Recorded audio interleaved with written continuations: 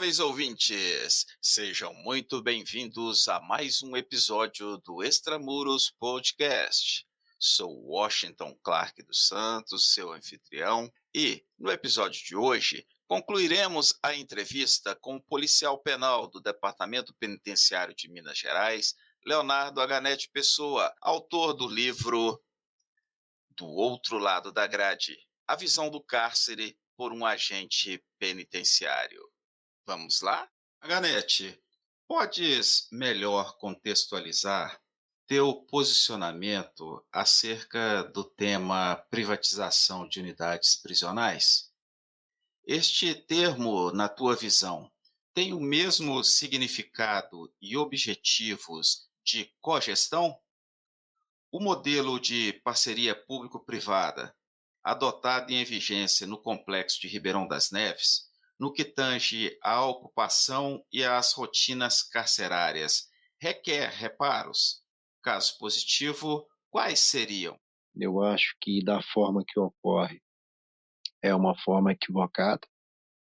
Eu acho que tem várias partes que dá sim para ingressar com a parceria público-privada, vamos dizer assim, desde a construção da unidade prisional, a própria manutenção predial que vai requerer com o tempo, sempre requer, a questão da produção do uniforme, de manutenção dos uniformes com reparos e serviços de lavanderia, a questão de oficinas de trabalho dentro das unidades, alimentação, ainda na questão da contratação de médicos, de enfermeiros, de técnicos de enfermagem, advogados, psicólogos, toda essa parte também não há um prejuízo, na minha opinião, de ser terceirizado. Agora, o que não pode jamais ser terceirizado é a atividade policial. E é essa da vigilância, do policiamento, da administração da unidade prisional e de toda atividade de custódia, de escolta. Essa não pode ser jamais terceirizada, principalmente a de custódia, porque de forma equivocada a gente vê, pegando como exemplo o Espírito Santo, quase todas deram problemas, no Paraná, no Rio Grande do Sul, todas elas tiveram problemas. E ela ocorre de uma forma muito equivocada. Eu falo que a unidade de parceria público-privado ela é um engodo. Por quê? Vamos fazer aqui no nosso estado, Minas Gerais, uma comparação entre uma unidade totalmente administrada pelo Estado e uma unidade de parceria público-privada. Bom, vamos lá. Primeiro, a unidade de parceria público-privada não trabalha com superlotação. É uma unidade onde se tem celas de reserva, ou seja, uma determinada cela estraga, vamos dizer que a partir de esgoto daquela cela entupiu. Se retira esses presos, se coloca na cela de reserva, a equipe de manutenção entra, faz todos os reparos necessários naquela cela e imediatamente retorna com os presos para a cela. Então, quer dizer, é muito desproporcional essa comparação. Primeiro que, embora também acredito que seja uma estrutura física equivocada, mas ainda assim a estrutura física é muito melhor do que a grande maioria das unidades construídas 100% com dinheiro público. Tudo na unidade funciona, as máquinas de raio-x onde passam toda a alimentação, quando elas estragam são imediatamente consertadas ou trocadas. Da mesma forma, o body scan, que é o scanner corporal. Então, assim, é muito desproporcional essa comparação. A gente pegar uma unidade prisional, como eu mencionei em outras respostas de outras perguntas, a cela é feita para 6, tem 30. As unidades mais antigas do estado foram projetadas para 1 preso por cela, hoje tem 3 em sua ocupação. Na unidade privada, tem todo o corpo técnico formado, como eu disse, tem médico, tem dentista, tem enfermeiro, tem auxiliar de enfermagem, psicólogo, psiquiatra, tem toda essa estrutura para o atendimento do preso. E nas unidades administradas pelo Estado, a grande maioria não os tem. Ou tem um, ou tem outro, ou não tem nenhum. Então, assim, a dificuldade de gestão é outra coisa. A unidade convencional, vamos dizer assim, queima-se uma lâmpada, aquela lâmpada muitas vezes não vai ter reposição. Os presos conseguem serrar uma grade, a unidade vai passar tempos ali para conseguir consertar aquilo. Entope-se um sistema de hidráulico, um sistema de esgoto, quer dizer, o Estado não tem a quem recorrer. Acaba que é os próprios presos, né? Pegam um preso que trabalha na unidade, vai arrumar aquilo ali, muitas vezes corre atrás de doação da sociedade, de empresário, buscando, junto aí ao Poder Legislativo, com deputados, recursos de emendas parlamentares, ou com o Judiciário, através de verbas pecuniárias. Então, assim, é muito desproporcional essa comparação. A condição de trabalho dos servidores que trabalham naquela unidade não tem comparação com qualquer unidade prisional convencional, principalmente pelo fator da superlotação. Um outro aspecto também que é interessante, lá o preso na unidade de parceria privada, que não adaptou, ele retorna para o sistema convencional. Eu acho que é completamente desproporcional essa comparação, é um engodo para a sociedade, porque vêm pessoas de outros estados visitar Minas Gerais, unidades prisionais, eles levam ele numa unidade convencional, que deveria ter 400 presos, tem 1.200. As celas vão estar todas detonadas, as celas vão estar todas degradadas por causa da rotatividade de presos, da quantidade de presos por cela. Aí sai de lá, leva esse visitante, esse observador para a unidade privatizada.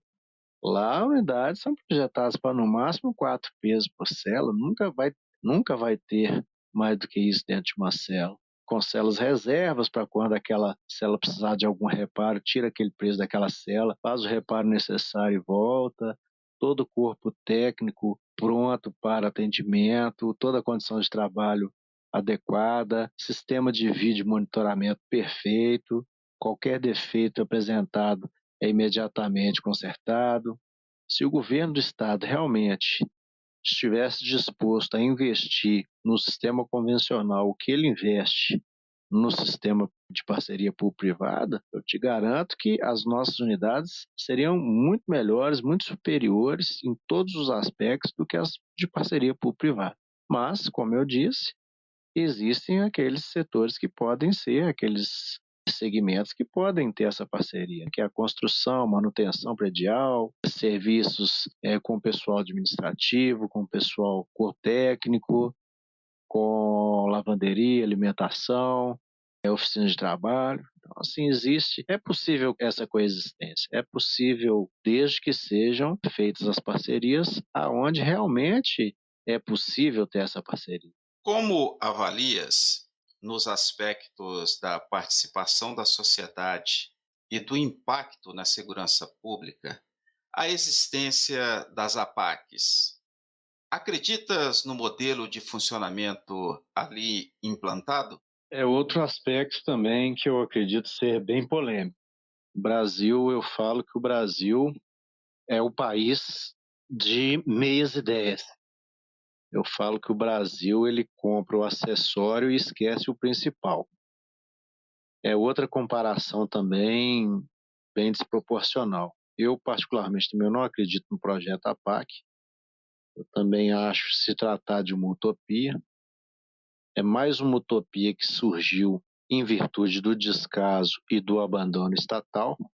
A realidade é que não há uma incompetência na gestão do sistema prisional convencional. O que há é o descaso, é o abandono. Como eu disse em resposta à pergunta anterior sobre as privatizações, quer dizer, não haveria necessidade de privatizações se o Estado investisse. Se o Estado fizesse planejamentos de médio e longo prazo, o que não há. Da mesma forma, as APACs. As APACs surgiram por quê? Elas surgiram porque não houve investimento no sistema convencional. Com a falta de investimento, com estes casos, surgiram as superlotações, e aí vem se buscando formas alternativas de fazer essa custódia do preço. E o Estado, de certa forma, acha conveniente. Na minha visão, não estão preocupados se é um sistema eficiente ou não, apenas ficam ali livres de algumas cabeças de preso, vamos dizer assim. Eu acho que esse sistema do preso tomando conta do próprio preso é muito lindo, é maravilhoso. No livro, no papel, né? Desculpa até essa minha franqueza, mas um país onde a maioria da população não tem educação, o país do chamado jeitinho brasileiro. O suposto cidadão de bem tem gato na luz, gato na água, gato na internet e na TV a cabo. E esse é o cidadão teoricamente de bem. Agora pega esse cidadão que, além disso tudo, ainda se volta para o crime, é criminoso. Esse cidadão, ele vai tomar conta de outros criminosos. E aí, como é que vai dar isso? Eu acho assim que talvez o sistema PAC poderia ser melhor repensado na questão de realmente para pessoas primárias, mulheres grávidas, para pessoas que não são de fato criminosas, cometeram um crime, mas não são criminosos contumazes, pessoas que às vezes cometeram um homicídio em virtude de uma briga, uma discussão de trânsito, um crime passional em virtude de uma traição. São pessoas que, apesar desse cometimento desse crime, desse desvio de conduta, foi um fato isolado na vida desse cidadão. Tem que se repensar muito isso. Outra coisa, que também eu falo, o preso vai lá para o sistema PAC, o que não dá certo, ele retorna para o sistema prisional convencional. Ou seja, então, assim, se a gente for pegar a quantidade de presos que estão nas APACs e a quantidade de presos que estão no sistema convencional, a gente vê que não é solução. Do meu ponto de vista é o seguinte, a gente realmente não sabe o que acontece na íntegra. Eu tenho um olhar sob muita desconfiança, já conheço algumas unidades, já visitei algumas unidades. São unidades também que não faltam recursos, são unidades que não faltam os atendimentos devidos, não faltam os recursos devidos, são unidades com capacidades bem pequenas de custódia de presos, são gestões mais simples, mais tranquilas de serem feitas, são formas que só existem, só cresceram pela omissão estatal, pela falta de investimento, pelo abandono do sistema convencional, que fez surgir essas formas alternativas que, a meu ver, são equivocadas. Volto a dizer, se houvesse investimento, se houvesse o planejamento, se houvesse a presença do Estado, se houvesse o investimento necessário, creio eu que não teriam surgido essas formas alternativas. Da mesma forma, a questão da tornozeleira eletrônica.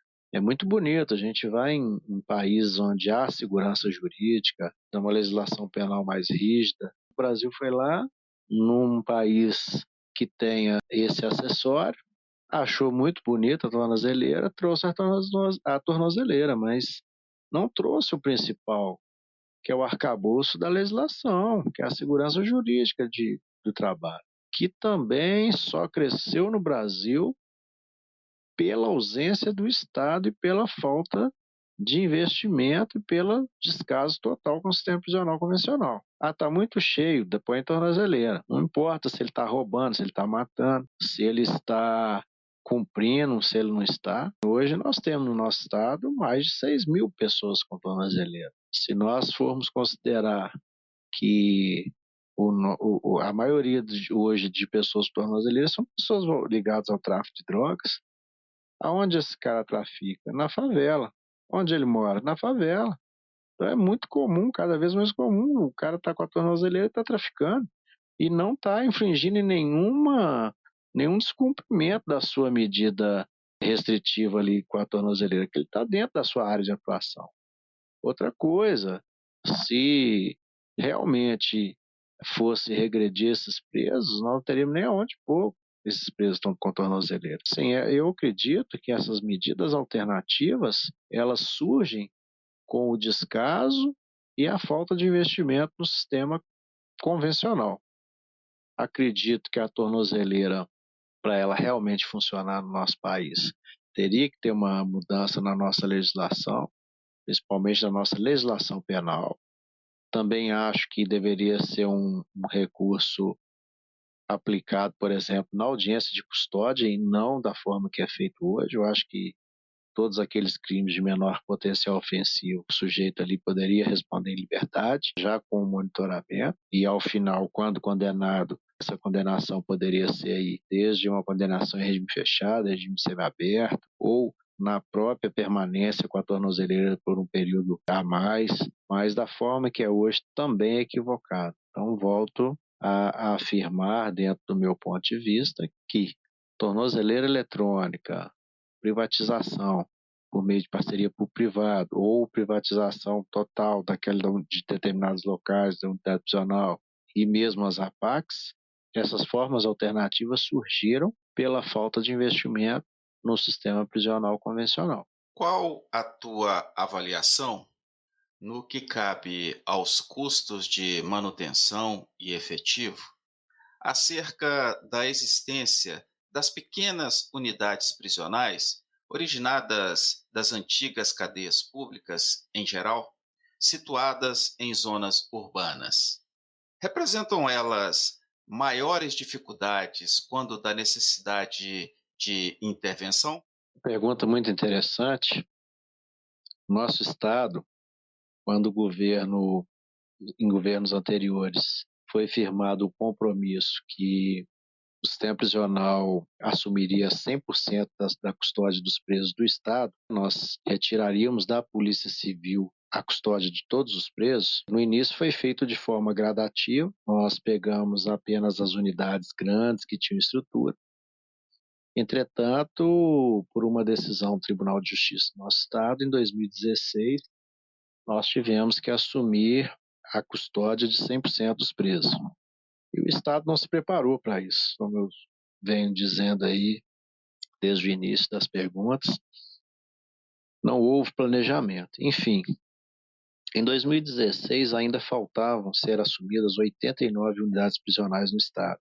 E dentro dessas 89 unidades, que eram em sua totalidade delegacias, que na maioria das vezes eram casas que foram adaptadas para delegacia, e foi criada ali uma carceragem adaptada, ou cadeias públicas nas mesmas condições precárias.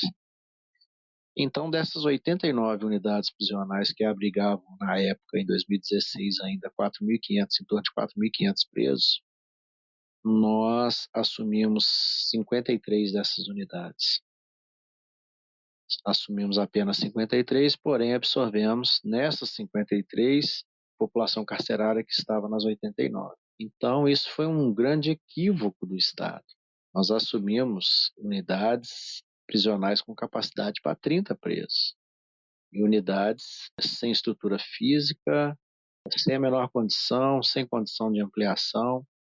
E o pior, assumimos essas 53 unidades sem abertura de concurso público. E aí o que aconteceu? O nosso efetivo, que já era ruim, ele ainda foi dividido em 53 unidades prisionais. E até hoje geraram um impacto muito negativo no sistema prisional. Eu, enquanto diretor de segurança interna, uma das diretorias da superintendência, eu fiz uma nota técnica, até foi muito polêmica, foi muito crítica em 2017, já fazendo a previsão do fim da contratação. Nós tínhamos aí 80% do nosso efetivo era de contratos. Eu fiz essa previsão de que em 2020, 2021 nós estaríamos sofrendo com um grande déficit e sugeri que essas unidades pequenas fossem desativadas, absorvendo os presos nas maiores. E, infelizmente, até hoje, dessas 53 unidades a qual eu sugeri a desativação, em torno de 5 a 6 unidades foram desativadas apenas. E hoje estamos, mais uma vez, sentindo o efeito dessa descontinuidade que há no serviço público por sofrermos sempre políticas de governo e não política de Estado. Temos aí hoje unidades prisionais no Estado que ainda hoje, mesmo com a aprovação da Polícia Penal, 50% ou mais do efetivo é composto por prestadores de serviço e não policiais. E com o encerramento do contrato previsto para o mês de janeiro e o concurso público em andamento, que não vai suprir todas essas vagas, quer dizer, nós estamos aí à beira de um colapso. E, infelizmente, é uma tragédia anunciada desde 2017, quando nós fizemos essa previsão aí. Infelizmente, de lá para cá, né, houve aí as mudanças de governo e nenhum deles tomou providência necessária para corrigir isso. A gente vê o grande descaso, o abandono estatal, que nós temos unidades prisionais que foram construídas com recurso federal. No entanto, o Estado tinha que dar uma contrapartida. E tem obras que já têm 10 anos que estão se enrolando porque o Estado não cumpriu com a sua contrapartida. Acaba sendo pouco eficaz. Não há investimento, como eu venho dizendo aí constantemente, não há investimento do Estado para solucionar o problema. Eu até digo, né, faço uma analogia no livro que eu falo que nós estamos tratando uma infecção grave com dipirona. Então, enquanto ela ainda estiver segurando a febre, nada vai ser feito. Infelizmente, uma hora nós vamos pagar esse preço, uma hora a conta vai chegar. As unidades pequenas têm que ser desativadas, não há outra solução, são ineficientes, muitas delas no centro de pequenos municípios, muro de divisa com residência, com escola, com hospitais, unidades dentro de aglomerados. Então, assim, isso dificulta muito qualquer trabalho do policial ali aquela região, traz insegurança para a população, acaba também trazendo um grande prejuízo para o preso, que, embora eu não acredite na ressocialização, como eu deixei bem claro, mas eu acho também que a pena não deve ultrapassar a restrição de liberdade. A ideia da pena é o quê? É tirar daquele cidadão do convívio da sociedade, porque ele, em algum momento, ele demonstrou não estar apto ao convívio social. Então ele é retirado dessa sociedade para cumprir uma pena. Aí você pega aí uma unidade prisional de pequeno porte com capacidade para 30, 40 vagas, com quase 200 presos. Não há de se falar em qualquer progresso, em qualquer humanização de pena nessa circunstância. Então, realmente é um atraso. Eu sei que foi necessário à época, que não tinha como pôr, mas quer dizer, de 2016 para cá, nós estamos em 2022 e 6 anos se passaram e nada foi feito, né? Já estamos aí quase no ano de 2023. Concordas com as afirmações de que grande percentual da redução de índices de criminalidade extramuros se deve ao controle das unidades prisionais? Para maior controle, entendes como necessária a segregação por unidades de membros das facções criminosas? Olha, essa questão, né, da criminalidade extramuros com a relação intramuros, eu acho que não precisa ser nenhum especialista para perceber a ligação direta entre esses dois fatores de crime. Infelizmente, a gente sabe que o criminoso dentro da unidade prisional, na maioria das vezes, ele não está incomunicável, né? Ele não perde totalmente o convívio com o lado de fora. Essas falhas, no intuito de tirar realmente essa pessoa do convívio social, pelo fato do cometimento de um crime, muitas vezes não é eficiente, mais uma vez, pelo abandono do Estado, pela falta de investimento e pelo descaso. Vamos pegar aqui um cara que é traficante, que tem aí um poder aquisitivo grande. Aí ele vai para uma unidade prisional, a unidade prisional que deveria ter 400 tem 1.200. Essa mesma unidade prisional que deveria ter no mínimo 300 policiais tem 120, localizada em área urbana, muitas vezes, próximo a aglomerados. O Estado não vai conseguir cumprir seu papel de forma adequada. Esse preso vai acabar tendo acesso aí a um celular. Eu sei que o cidadão se pergunta, e como esse celular entrou? Não vou dizer que não há desvio de conduta de policiais, isso é fato, mas é o mínimo. São casos muito esporádicos. Eles fazem arremessos, né, de objetos, manualmente falando, costuram celulares, drogas, serra, até armas dentro de bola, joga dentro da unidade prisional. Já houve casos de ratos, eles matam ratos, tiram todas as suas vísceras, coloca ali dentro daquele rato droga, celular, serra, o que for, e arremessa esse rato. O rato, o pombo, sapo, para dentro da unidade prisional. Quer dizer, às vezes, muitas vezes o policial, né, antes de descobrir essa modalidade, quantas vezes ele chegava no pátio de sol antes para dar uma revista antes de liberar os presos para o sol, via ali um, dois ratos mortos ali, ele pegava o preso, né, geralmente um preso que fica solto para fazer a faxina do local, mandava o preso ir lá e recolher aqueles ratos. Só que o preso já sabia, então o preso sabia, recolhia o rato, fazia ali a retirada desses ilícitos ali dentro e repassava para quem tinha que repassar, né? E agora a gente tem visto a evolução por meio de drone. Hoje nós temos uma quantidade gigantesca de entrada de objetos ilícitos nas cidades prisionais por meio de drone. E aí, à medida que a gente vai se antecipando, vai aprendendo com eles a combater eles mesmos, a gente criou, por exemplo, no nosso estado, um grupamento denominado GEPAER, que é um grupamento que trabalha com drone para inibir, faz patrulha nas unidades, identifica, neutraliza os drones. Mas somos 184 unidades, então nós não conseguimos atuar de forma eficiente, dado o déficit de policiais.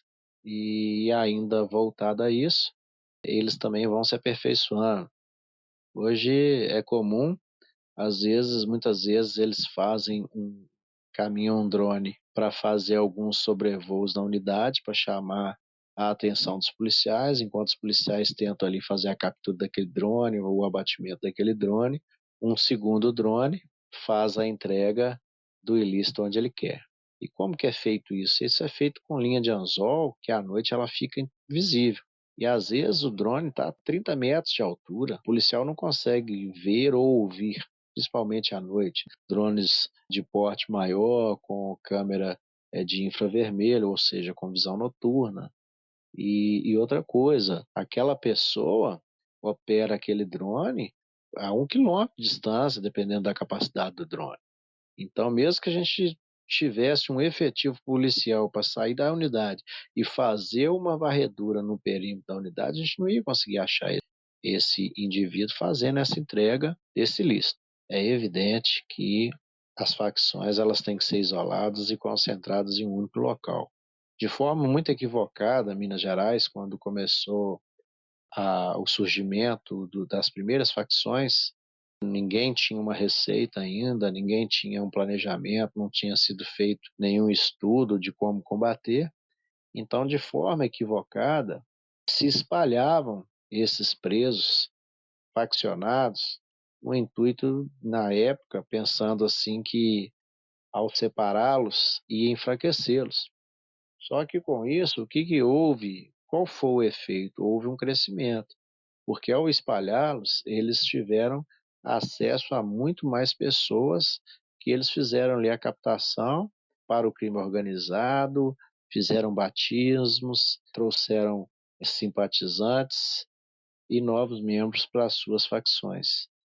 Com a própria experiência negativa dessas primeiras ações, nós chegamos a essa conclusão de que realmente o crime organizado tem que ser segregado, que nós temos que concentrá-los em um menor número de unidades possível para não haver essa contaminação dos demais presos, para não haver esse aliciamento do crime organizado e evitar que esse batismo acabe ocorrendo e, com isso, consequentemente, aumentando aí o número de presos aí em determinadas facções aí ou segmentos de crime. Qual a tua sugestão como medida eficaz para neutralizar a comunicação de presos, ordenando e comandando crimes por meio de celulares?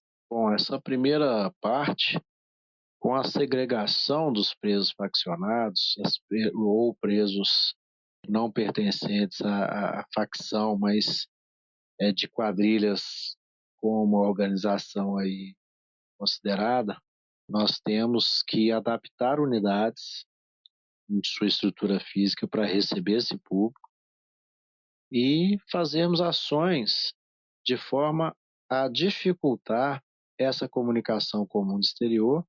Faríamos isso com unidades adequadas, com visitas em parlatórios, por meios de interfone, sem nenhum espaço para passagem de qualquer objeto que seja, e isso também para advogados, e os parlatórios com câmeras de vigilância para uma observação mais severa e unidades com estruturas na qual ficassem o menor número de presos por cela possível, para desarticulação e dificultar a sua comunicação, sem contato físico com visita ou advogados, sistemas de monitoramento mais precisos dentro da unidade, com escalas de revezamento de policiais de forma que rotativa para que esses policiais tenham o menor convívio possível com determinados presos.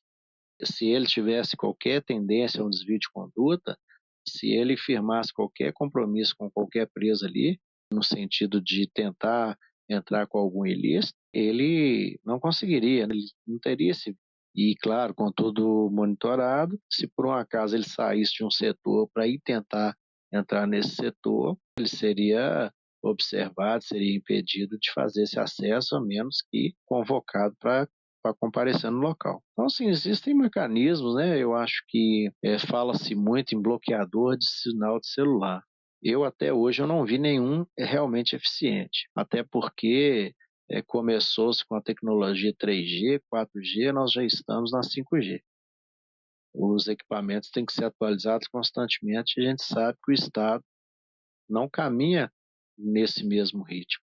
E outro aspecto também, mesmo que se construa unidade prisional em uma área não urbanizada, com pouco tempo, ao entorno dessa unidade, ela passa a ser urbanizada por familiares de presos, né, que compram imóveis no local, lotes, e constroem, comerciantes que começam a fazer hospedarias para presos que ficam lá, que vêm de outros lugares para pernoitar, para poder visitar seus parentes, locais de estacionamento, locais de aluguel de roupa, até isso tem, guarda-volume, vai surgindo. Se você também arrumar um bloqueador eficiente, o que vai acontecer? Esse bloqueador, ele vai bloquear o sinal daquela região. E com esses smartphones cada vez mais tecnológicos, a gente sabe que se aquela primeira antena ali mais próxima estiver bloqueada, ele vai conseguir pegar um sinal de uma antena mais longe, o que vai tornar eficiente mesmo, além de um treinamento, uma capacitação melhor do policial, um regimento disciplinar próprio, uma legislação adequada e mecanismos como esses que eu citei, né, agora há pouco, de unidades especializadas para esse público que precisa realmente de uma atenção especial. Entendes como fundamental no combate às organizações criminosas que, na ocasião de arrecadação de dispositivos de comunicação no interior de unidades prisionais, o órgão de inteligência penitenciária realize e ou tenha acesso aos dados armazenados em tais dispositivos? Olha, primeiro nós temos que pensar o seguinte: o serviço de inteligência prisional tem muito a crescer, tem muito a amadurecer. Nós ainda estamos engatinhando no que se diz respeito à inteligência prisional. Falta de treinamento, falta de doutrina, falta de legislação. Temos aí vários aspectos negativos nesse contexto. É de fundamental importância que a inteligência prisional tenha os equipamentos certos para desbloqueio de celulares, para ter acesso a esses conteúdos.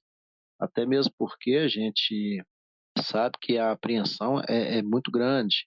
Hoje, a média de apreensão de celulares nas unidades prisionais é de 40, 50, 60 por mês, dependendo da unidade. E a Polícia Civil, ela recebe aquele material e ela nem olha, ela não tem efetivo para isso, ela não tem capacidade nem de armazenamento desses aparelhos celulares. Então, eu acho que, mais uma vez, a Polícia Penal, a hora que ela realmente estiver estruturada, ela vai ter condição de atuar nisso e realmente fazer um serviço de inteligência prisional. Hoje, para mim, a inteligência prisional é precária, funciona de forma muito simplória.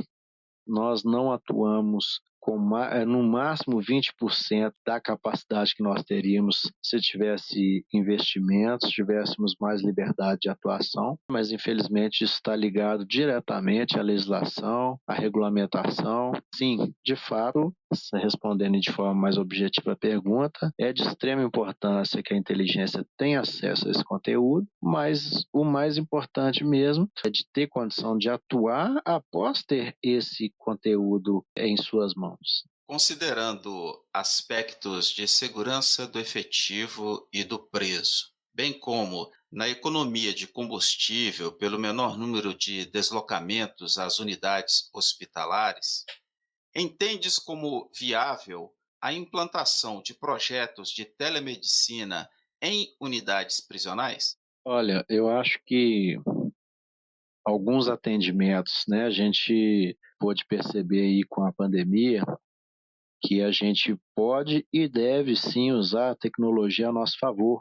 Na pandemia nós tivemos essa experiência sensacional, que foram as videoaudiências, que a meu ver funcionou muito bem, trouxe uma economia muito grande para o Estado.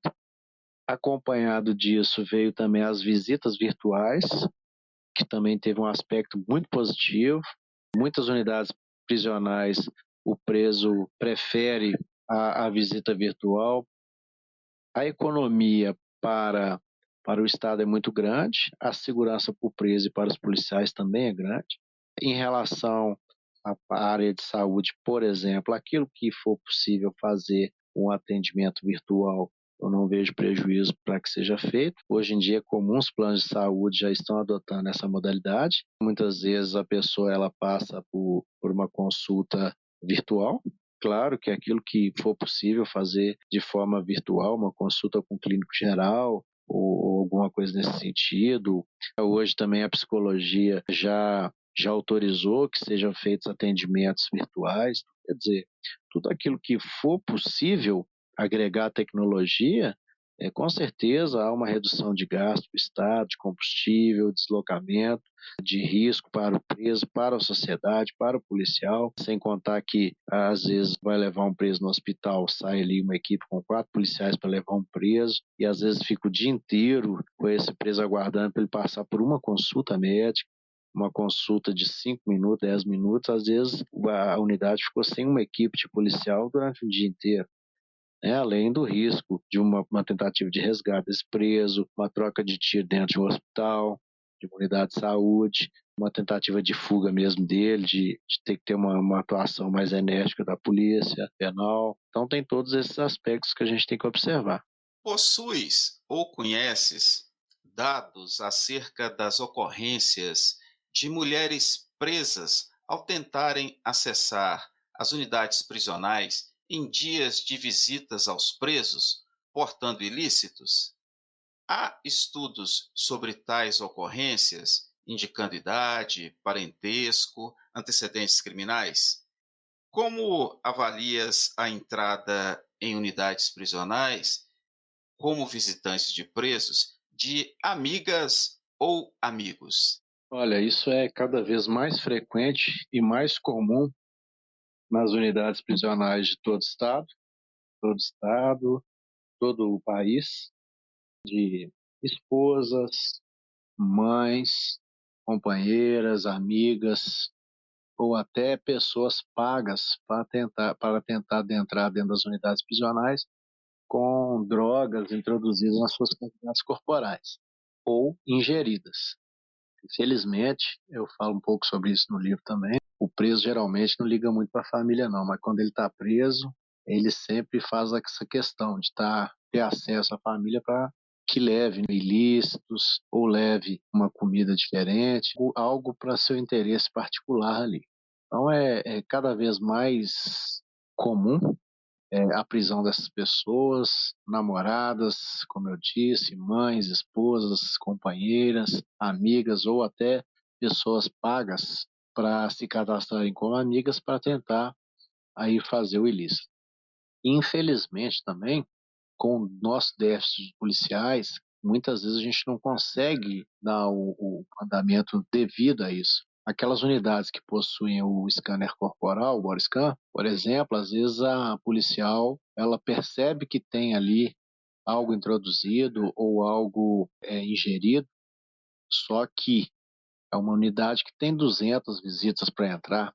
Aí você pega uma dessas visitas e você teria que conduzir ela para uma unidade hospitalar para poder fazer a retirada desse objeto introduzido. E você vai perder aí 4 policiais numa ocorrência dessa natureza para depois de retirar esse material introduzido, fazer a condução para a delegacia. Então, quer dizer, você vai ficar entre 12 e 15 horas envolvido nessa ocorrência e com certeza vai inviabilizar a entrada das demais visitas, o que vai ocasionar uma insatisfação na massa carcerária, podendo gerar até uma rebelião no Estado. E outro aspecto também que eu volto a dizer, não temos legislação que dê o devido amparo. Às vezes a gente chega na unidade hospitalar, o médico fala, não, não vou fazer, retirar. A menos que ela autorize, ela não vai autorizar, claro que não. E o médico não vai fazer a retirada, e aí não há mais o que a gente fazer. A gente sabe que ela está com algo introduzido, não vai fazer essa retirada, o médico se recusou a fazer, uma vez que a pessoa não autorizou, e aí fica por isso mesmo. E agora, recentemente, o nosso Supremo Tribunal Federal solta uma súmula dizendo que não é considerado tráfico, não é considerado um agravante a pessoa introduzir droga para tentar entrar com essa droga dentro de uma unidade prisional. Sim, está cada vez mais difícil de fazer esse combate, de ter um amparo legal, de ter um arcabouço legal aí para podermos combater efetivamente essa prática criminosa aí do tráfico de drogas dentro das unidades prisionais. Aganete, caminhando para o encerramento de nossa conversa, repriso aqui o meu agradecimento pela tua colaboração e deixo este espaço para suas considerações finais, inclusive indicando como acessar e adquirir o livro de tua lavra. Mais uma vez, muito obrigado e grande abraço. Olha, eu sou um apaixonado pelo sistema prisional, policial penal 28 anos, faltando aí 2 anos para eu cumprir o tempo para a minha aposentadoria, cumprir meus 30 anos.